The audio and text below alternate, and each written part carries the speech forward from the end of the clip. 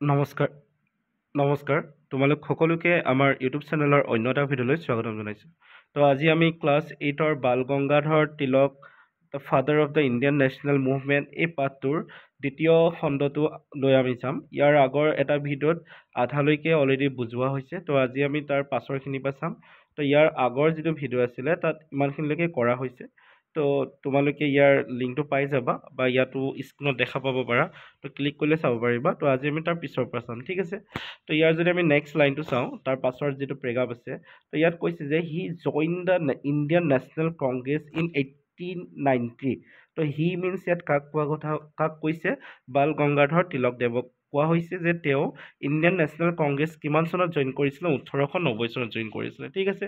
তো ইয়াত জইন ৱৰ্ডটো ভালদৰে মন কৰিবা। ইয়াত যদি জইন ৱৰ্ডটো চোৱা, তো ইয়াত কি লিখা হৈছে? ZOINED, ঠিক আছে। ইয়াৰ মিনিং হৈছে পাষ্ট টেন্স, মানে পাষ্ট টেন্সৰ কথা কোৱা হোৱাৰ কাৰণে যিটো ভাৰ্ব আছে ইয়াত জইনটো যিহেতু ভাৰ্ব হয়, তো কিবা এটা কাম কৰাটোক আমি ভাৰ্ব বুলি কওঁ ন। তো গতিকে এই ভাৰ্বটোক ইয়াত কিহৰ ৰাখিছে? পাষ্ট টেন্সত ৰাখিছে, কাৰণ অতীতৰ কথা কোৱা হৈছে। নেক্সট আহিলে আমাৰ he was the first leader of the Indian independence movement. তো তেওঁ ভাৰতৰ যি স্বাধীনতা আন্দোলন আছিলে সেই স্বাধীনতা আন্দোলনৰ প্ৰথমগৰাকী লিডাৰ আছিলে। The British colonial authority call him father of the Indian unrest. তো দ্য ব্ৰিটিছ কলনিয়েল মানে ব্ৰিটিছ ৰাজৰ কথা কোৱা হৈছে। অথৰিটিছ মানে জানাই যিবোৰ চাকৰি কৰা মানুহ বা হাই অফিচিয়েল ৰেংকৰ মানুহ হয়। যেনে আমাৰ ইয়াত ধৰি লোৱা কিবা এটা অফিচ আছে, সেই অফিচটো যিবোৰে চলায়, যিবোৰ মানুহে চলায় সেইবোৰক অথৰিটি বুলি কোৱা হয়। তো সেইখিনি সময়ত ব্ৰিটিছ চৰকাৰ যোনে যোনে চলাইছিলে তেওঁলোকক ব্ৰিটিছ অথৰিটি বুলি ক'ব পাৰে। তো কল মিনছ কোনোবাই যদি কাৰোবাক কিবা এটা নাম দি সম্বোধন কৰে বা কিবা এটা নাম দি মাতে, তো সেইটোক আমি কল বুলি কওঁ। তো গতিকে the British colonial authorities call him father of the Indian unrest. তো বাল গংগাধৰ তিলকক ব্ৰিটিছে কি বুলি কৈছিলে? যে father of the Indian unrest. That means ইণ্ডিয়াত সেইখিনি সময়ত যিমান গণ্ডগোল হৈছিলে বা মুভমেণ্ট হৈছিলে, আন্দোলন হৈছিলে, সেই গোটেইবোৰৰ মূল ব্যক্তি বাল গংগাধৰ তিলককে বুজাইছিলে ব্ৰিটিছে। তো he was also' conferred with the honorary title of Lokmanya. আৰু সেই একেখিনি সময়তে তেওঁ আকৌ কি পাইছিলে? এটা উপাধি পাইছিলে, যিটো সন্মান উপাধি, অনাৰেৰী মানে সন্মানীয় বা সন্মানযুক্ত উপাধি। তো সি আছিলে লোকমান্য নামৰ এটা উপাধি পাইছিলে, which means accepted by the people as their leader. তো তাৰ অৰ্থ কি হৈছে? যে লোকমান্য মানে লোক মানে মানুহ, মান্য মানে সন্মান দিয়া বা একচেপ্ট কৰা। তো গতিকে সেইখিনি সময়ত যিবোৰ ভাৰতীয় মানুহ আছিলে, সেই ভাৰতীয় মানুহসকলে বাল গংগাধৰ তিলকদেৱক লোকমান্য হিচাপে মানিছিলে। অৰ্থাৎ সকলোৱে তেওঁক নিজৰ লিডাৰ হিচাপে একচেপ্ট কৰি লৈছিলে। ব্ৰিটিছে কৰা নাছিলে, কাৰণ তেওঁ ব্ৰিটিছৰ বিপৰীতে কি কৰিছিলে? আন্দোলন কৰিছিলে। গতিকে ব্ৰিটিছেতো তেওঁক বেয়া পাবই, কিন্তু আমাৰ ভাৰতীয় মানুহৰ কাৰণে তেওঁ এজন কি আছিলে? এজন লিডাৰ আছিলে, যোনে আগবাঢ়ি আহিছিলে আন্দোলন কৰিবলৈ। তো Tilak was one of the first and strongest advocate of Swaraj. তো সেইখিনি সময়ত যি স্বৰাজৰ ব্ৰিটিছৰ শাসনৰ পৰা ওলাই আহিবৰ কাৰণে যি আন্দোলন হৈছিলে, তো তাৰ কাৰণে প্ৰথম আৰু আটাইতকৈ শক্তিশালী এডভকেট আছিলে, ঠিক আছে। তাৰপিছত a strong radical in Indian consciousness, he is known for his quote Swaraj is my birth right and I shall have it. আৰু সেই স্বৰাজ আন্দোলনৰ যি আছিলে, মানে স্বৰাজ আন্দোলন তোমালোকে সমাজ বিজ্ঞানত পাবা যে স্বৰাজ আন্দোলন কি হয়। তো সেইখিনি সময়ত বাল গংগাধৰ তিলকে কৈছিলে কি? যে স্বৰাজ হৈছে ইজ মাই বাৰ্থ ৰাইট, মানে জন্মৰ এটা অধিকাৰ হয় স্বৰাজ, মানে মুক্ত হোৱা। স্বৰাজ মানে মুক্ত হোৱা, এটা হিন্দী ৱৰ্ড হয় স্বৰাজ। তো ইয়াক অসমীয়াত মুক্ত হোৱা বুলি ক'ব। কাৰোবাৰ অধীনত থকাটো কাৰো এটা ৰাইট নহয়। যেতিয়া এজন মানুহ জন্ম হয়, সেই মানুহজনৰ এটা অধিকাৰ থাকে যে তেওঁ নিজৰ মুক্ত মনে ঘূৰিব পাৰিব, মুক্ত মনে কথা ক'ব পাৰিব, মুক্ত মনে যিকোনো কাম কৰিব পাৰিব। কিন্তু যিহেতু ব্ৰিটিছ আছিলে, ব্ৰিটিছে সেই কোনো ব্যক্তিক মুক্ত মনে একোৱে কৰিব দিয়া হোৱা নাছিলে। তো সেইটো উদ্দেশ্যে বাল গংগাধৰ তিলকে কৈছিলে কি? যে Swaraj is my birth right and I shall have it. যে মুক্ত মনে বিচৰণ কৰা বা মুক্ত মনে বাস কৰা, মুক্ত মনে জীৱন কটোৱা হৈছে মোৰ এটা জন্মগত অধিকাৰ, আৰু সেইটো মই লৈ এৰিম, ঠিক আছে। তো সেইটো বাল গংগাধৰ তিলকে কৈছিলে। He form a close alliance with many Indian Congress leader including Bipin Chandra Pal in Bengal and Lala Lajpat Rai in Punjab. তো সেই একেখিনি সময়তে বাল গংগাধৰ তিলকে কি কৰিছিলে? এটা সংগঠন কৰিছিলে, Indian Congress leader including Bipin, মানে সেইখিনি সময়ত ভাৰতত যিমানবোৰ লিডাৰ আছিলে সেই গোটেইবোৰ লিডাৰক লগাই এটা সংগঠন কৰিছিলে। আৰু তাত কোন কোন আছিলে? বিপিন চন্দ্ৰ পাল আছিলে বেংগলৰ পৰা, আৰু লালা লাজপত ৰায় আছিলে পাঞ্জাৱৰ পৰা। তো এইটোকে আমি পাল লাল বুলিও কওঁ, সমাজ বিজ্ঞানত পাবা। তাৰপিছত আহিলে this three were referred to as the Lal Bal Pal, এইটো কৈছে ট্ৰিমোভাইৰেট। তো গতিকে সেইখিনি সময়ত এই গোটেই তিনিজন ব্যক্তিকে কি বুলি কোৱা হৈছিলে? লাল বাল পাল বুলি কোৱা হৈছে। Tilak was against Gandhi's policy of total ahimsa and advocate the use of force wherever necessary. তো তিলক কি আছিলে? গান্ধীৰ যি পলিচি আছিলে অহিংসা, তো তাৰ বিপক্ষে আছিলে। তো বাল গংগাধৰ তিলকে ভাবিছিলে যে যেতিয়া পাৱাৰ বা ফ'ৰ্চ এপ্লাই কৰা দৰকাৰ হয়, বা যদি কাৰোবাক খং দেখাবলগীয়া হয়, কাৰোবাক দম দিবলগীয়া হয়, বা কাৰোবাৰ লগত যুদ্ধ কৰিবলগীয়া হয়, তেতিয়া কৰিব লাগে। আৰু য'ত অহিংসাৰ দৰকাৰ হয় তাত কৰিব লাগে। গান্ধীৰ নিচিনা এনেকুৱা নহয় যে প্ৰতিটো বস্তুতে অহিংসা কৰিব লাগে, ঠিক আছে। তো গান্ধীৰ যি পলিচি আছিলে তাৰ বিপৰীত ফালে চিন্তা কৰিছিলে তিলকে, ঠিক আছে। তাৰপৰা Tilak was a member of the municipal council of Pune. তো মিউনিচিপেল কাউন্সিল অফ পুনে, তো সেইখিনি সময়ত যি পুনেত মিউনিচিপেল কাউন্সিল আছিলে তাৰ কি আছিলে? মেম্বাৰ আছিলে। তো Bombay legislature and an elected fellow' of the Bombay university. He was great social reformer. তো গ্ৰেট ছ'চিয়েল ৰিফৰ্মাৰ মানে সমাজত এটা ভাল এটা ৰিফৰ্ম বা এটা পৰিৱৰ্তন আনিব পৰা এজন ব্যক্তি আছিলে বা লিডাৰ আছিলে। He issue a call for the banning of child marriage and welcome widow marriage.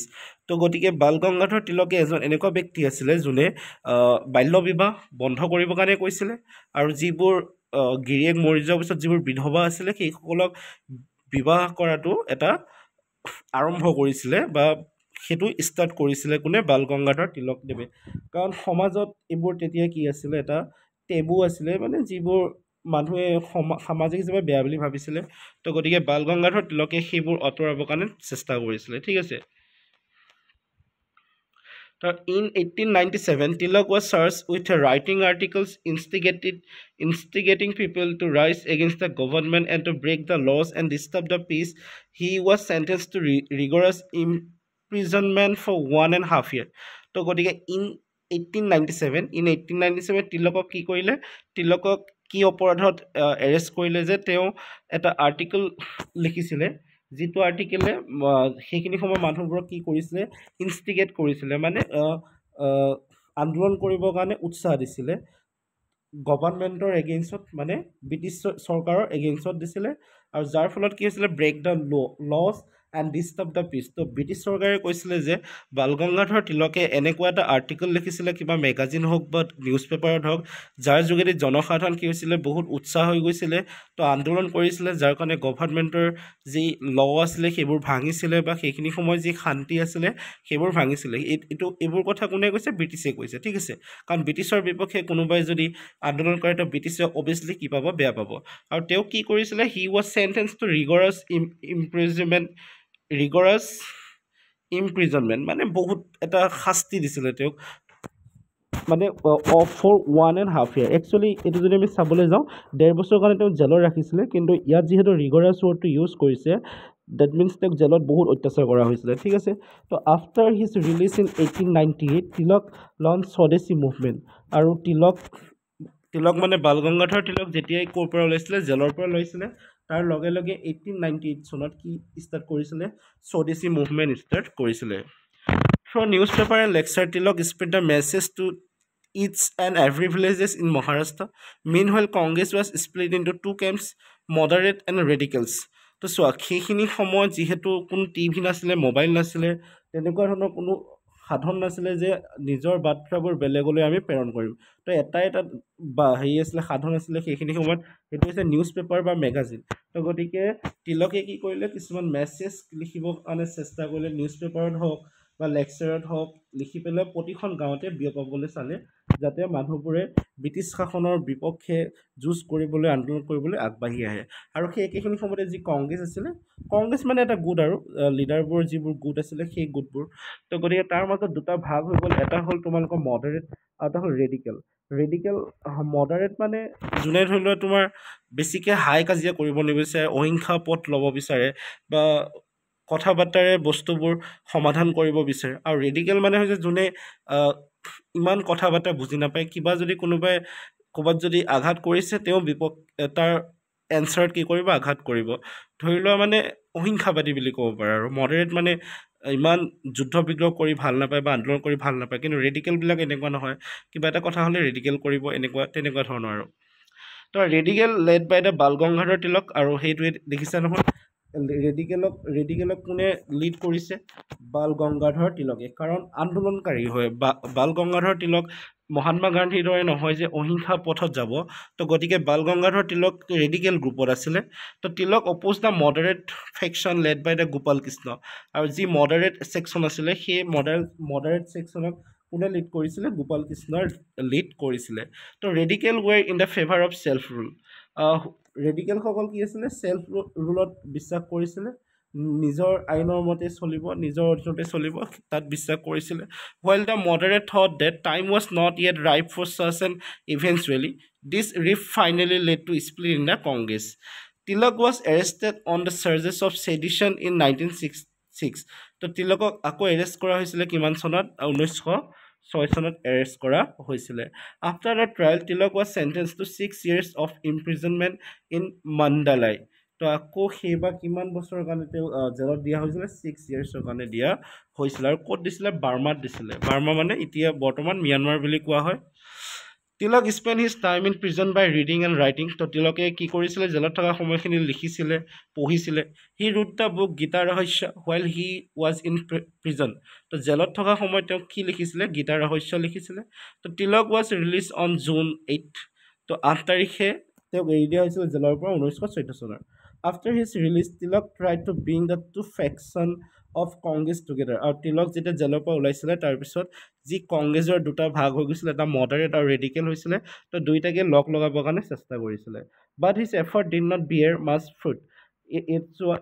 এইটো যে লিখিছে তোমালোকৰ ভালদৰে যদি চোৱা যে but his effort did not bear much fruit effort মানে কিবা এটা কামৰ কাৰণে কৰা চেষ্টাটোক আমি এফৰ্ট বুলি কওঁ তোমালোকে শুনিয়েই থাকা did not bear the much fruit মানে সফল হোৱা নাছিলে সফলতা লাভ কৰা নাছিলে সেইকাৰণে এইটো কৈছে ডিড নট বিয়েৰ মানে কঢ়িয়াই না ফ্ৰুট মানে ফল তো কিবা এটা কাম কৰিলে আমি ফল পাম তো মানে সেই ফলটো নোপোৱাৰ কাৰণে এইটো এটা কি ইউজ কৰিছে এটা সাঁথৰ টাইপ বা এটা এনেকুৱা আমাৰ যেনেকৈ অসমীয়া ভাষাত থাকে অকণমান কথাটো ক'লে অকণমান বেলেগ ধৰণে কয় যেনেকৈ ৰাইজে নখ জোকাৰিলে নৈ বৈ যায় তো তাৰ অৰ্থটোতো বেলেগ হয় কিন্তু কওঁতে বেলেগ কয় বা তেনেকুৱা ধৰণৰ আৰু কিছুমান আছে নহয় তোমালোকে অসমীয়াত আহে যে ব্যাখ্যা কৰিবৰ কাৰণে তো তেনেকুৱা টাইপৰ কথাটো ইয়াত did not bear much food মানে সেইটো বুজিছে তাৰপিছত হ'লে in 1960 Tilak decided to build a separate organisation call the home rule league আৰু তাৰপিছত 1916 চনত তিলকে ডিচাইড কৰিছিলে যে এটা নতুন এটা অৰ্গেনাইজেশ্যন বনাব যাৰ নাম দিব